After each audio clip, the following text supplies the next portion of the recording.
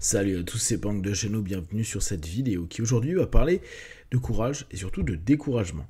C'est une question qui m'a été posée et en général c'est quelque chose qui pour moi n'existe pas vraiment, le découragement. J'explique ma façon de percevoir les choses. Vous savez que je cadre en général ma vie comme étant un élément où je suis limité. Donc il y a tout le principe de pouvoir limité et deuxième élément où je suis quelqu'un qui suis par essence dans l'échec.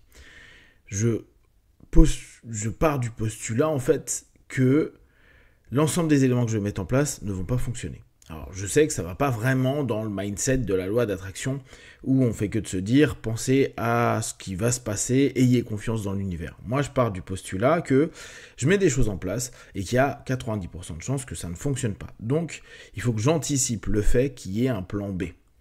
Cette façon de voir qui est vraiment associée à la voix du loser, à cette expertise de l'échec que j'ai, fait que je ne suis pas dans une notion psycho-émotionnelle associée à être courageux. Alors je ne pense pas être quelqu'un de courageux de façon générale, mais courageux dans le sens maintenir quelque chose, on va dire, on pourrait proposer une discipline dans ou pour un objectif qu'on s'est donné.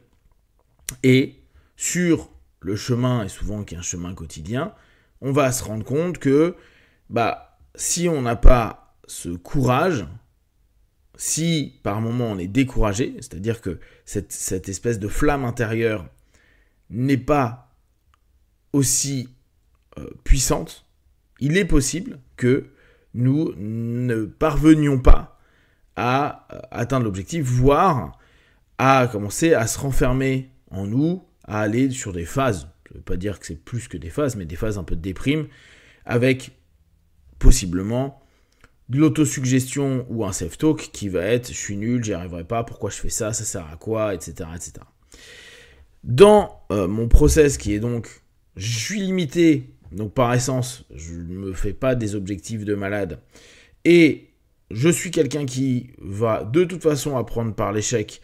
La notion de faut être courageux, faut continuer est décorrélée parce que c'est de toute façon, tu n'as pas le choix. Et je reviens sur la notion plutôt de discipline, d'effort, parce que la discipline et l'effort, ça ne demande pas un engagement psycho-émotionnel. C'est pas est-ce que je me sens bien et je vais faire un effort ou je vais me discipliner. C'est pas est-ce que j'ai envie ou pas envie et en fonction je fais ou je ne fais pas. C'est ferme ta gueule et mets en place les choses. Et si tu n'y arrives pas, ce qui est vraiment moi quelque chose qui m'arrive très très très très souvent, c'est pas grave, continue. Il y a tout l'aspect pour moi qui est le test. Dans le sens où c'est vraiment pas important que je foire. Ça peut m'énerver, ça peut m'agacer, ça peut ne pas aller dans le sens que je veux, etc. Bien sûr, il n'y a pas genre une espèce de pseudo-fausse humilité, genre ouais, ça te touche pas. Non, ça me saoule. Mais en fait, je me pose pas la question de me dire est-ce qu'il faut continuer ? Est-ce que ça a un sens ? Je me suis dit, je veux aller là-bas, je vais tenter d'aller faire ça, c'est un test.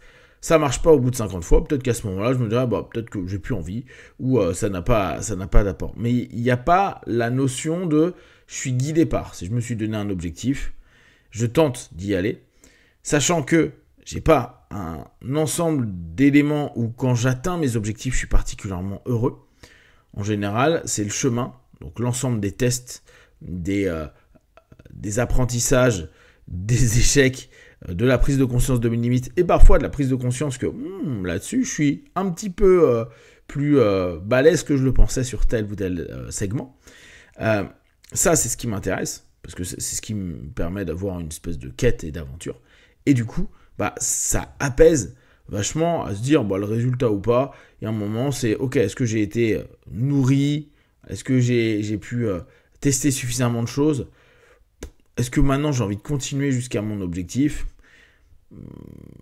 Peut-être, peut-être pas. Là rentre souvent le principe de discipline. Tu as commencé, tente de finir. Mais si, et je reviens sur cet élément que je vous avais partagé il y a quelques temps et qui est aussi assez fréquent chez les consultants, c'est, vu que je tente d'être congruent, et là encore, hein, la congruence, c'est pas quelque chose que tu as tout le temps, c'est vraiment tenter d'être congruent, c'est se dire ce que je pense et ce que je fais, je tente de l'aligner, et ce que je dis aussi, possiblement, je tente de l'aligner avec mes actes. Et il est possible que, à un moment donné, l'objectif ne corresponde plus avec mon dialogue intérieur ou le feedback que j'ai pu avoir de l'ensemble des tests que j'ai pu vivre. Du coup, à ce moment-là, si je veux être congruent avec moi, me dire il faut que j'atteigne cet objectif-là devient quelque chose comme ça me saoule d'y aller, je ne serai pas congruent, donc je préfère arrêter. Cette notion d'encouragement, de découragement, de courage, elle est importante pour beaucoup de personnes. Parce que il est possible qu'on ait besoin, à un moment ou à un autre, d'une référence externe, quelle qu'elle soit, d'un stroke, d'une unité de reconnaissance, pour se réencourager. D'ailleurs, vous allez le voir beaucoup dans le coaching, quel qu'il soit, va y avoir souvent de l'encouragement.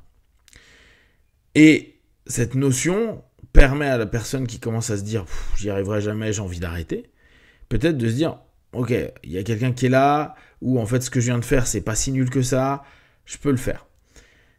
Je trouve que c'est intéressant. Et là, je reprends par rapport à la question qui m'était posée. Pour moi, j'en ai pas besoin. J'attends pas d'encouragement. Pourquoi ? Parce que tout simplement, c'est pas à l'autre de me stimuler d'aller quelque part que j'ai décidé d'aller. Et je reviens sur la notion discipline, effort, et j'y rajoute un élément à ce moment-là, qui est la focalisation. Je reste focalisé sur un ensemble de choses. Donc, ce que l'autre va dire, quelqu'un qui peut être une référence et autre, ça peut être hyper agréable ou autre, mais c'est pas ce qui va, à un moment ou à un autre, recréer ou dynamiser davantage quoi que ce soit en moi, sachant que je vais focaliser sur, donc je focalise sur la discipline, l'effort que je dois donner. Après, c'est là où on se rend compte que la plupart du temps, on peut être découragé. Alors, comme je vous dis, moi, c'est pas forcément quelque chose qui me parle, mais je peux très bien comprendre le concept, parce que on n'a plus d'énergie. Et je vous le rappelle assez régulièrement dans les accompagnements, des points qui parfois le plus complexe, c'est que des personnes veulent absolument changer, ou veulent absolument atteindre leurs objectifs, ou veulent absolument être mieux. Cependant, il y a un gros problème qui est, ils n'ont pas d'énergie. Ils n'arrivent pas à correctement récupérer, que ce soit au niveau sommeil, que ce soit au niveau alimentaire, que ce soit... L'énergie n'est pas là. Or, on peut avoir la motivation qu'on veut, la discipline qu'on veut. Il y a un moment, c'est très très complexe de se discipliner quand il y a zéro énergie. Et le sport est quelque chose qui nous permet de capter facilement, où on se rend compte que, allez, on va aller tenter de faire notre footing ou notre entraînement, et on est tellement crevé qu'on vomit dans tous les sens très vite, on n'y arrive pas, notre corps nous lâche, etc., etc. Donc, dans la notion de découragement, il peut être intéressant d'aller regarder l'énergie qu'on a. L'énergie qu'on dépense par rapport aux résultats obtenus et par rapport à l'attente du résultat qu'on a. Parce que parfois, c'est des attentes qui sont excessives qui peuvent décourager. Ou parfois, juste, ouais, mais j'aimerais que ceci ou cela fonctionne. Eh ouais, mais peut-être que ça fonctionnera dans 2, 3 ans, 4 ans. Ça fonctionnera peut-être plus tard. Ça fonctionnera peut-être que dans certains cas. Et bien sûr, c'est pas quelque chose de particulièrement agréable. Pour finir, j'en parlais tout récemment avec un exemple tout simple qui est les personnes qui s'achètent une maison, ils ont un petit jardin. Et au départ, c'est super génial. Puis souvent, avec quelques années, on voit que le jardin, il part en vrille. Et quand on pose la question, qu'est-ce qui fait que tu t'en occupes plus alors que tu adorais le jardin ? C'est que il y a eu souvent la nature, parfois la pas de chance, qui fait que ça a découragé. L'objectif qui était j'ai un beau jardin devient j'ai fait des efforts pour avoir quelque chose. Donc là on est dans effort. Je me suis éventuellement discipliné pour et j'ai pas le feedback qui m'intéresse. Et dès lors, je suis stimulé par le résultat de l'objectif et pas par le chemin à un moment donné. Et vu qu'il n'y a pas, admettons, il y a eu du gel qui a sur plusieurs années tout détruit, admettons des sangliers qui passent et qui ravagent tout, du coup les personnes laissent un peu en jachère leur jardin, ou sont plus motivées, sont découragées, parce que il n'y a pas la valorisation, le retour de se dire j'ai fait des efforts, je me suis discipliné, je me suis focalisé et j'ai rien qui me donne quelque chose de plaisant. Alors peut-être à ce moment-là, il y a l'idée de se dire, prendre conscience que les tests, les efforts, le quotidien que vous mettez, c'est ça qui doit vous apporter du bien-être, / du courage si c'est l'élément qui vous intéresse, et vous satisfaire plus que l'ensemble des éléments et des résultats que ça pourrait apporter. Et je sais que ça, si vous ne prenez pas de toute façon je vais quasiment tout foirer, et que vous êtes dans l'attente de succès, c'est pas évident à dealer. Alors je vous invite à être un petit peu plus loser, mais dans le bon sens du terme, et accepter que vous allez chuter, et que ça peut durer longtemps, très longtemps. Si vous avez des questions et des remarques sur le sujet, partagez sur Facebook, YouTube, j'y répondrai le plus rapidement possible. Comme d'habitude, de tout ce que je propose, ne prenez que ce qui est bon et juste pour vous tester, observer, analyser et conclure. Be one, ciao.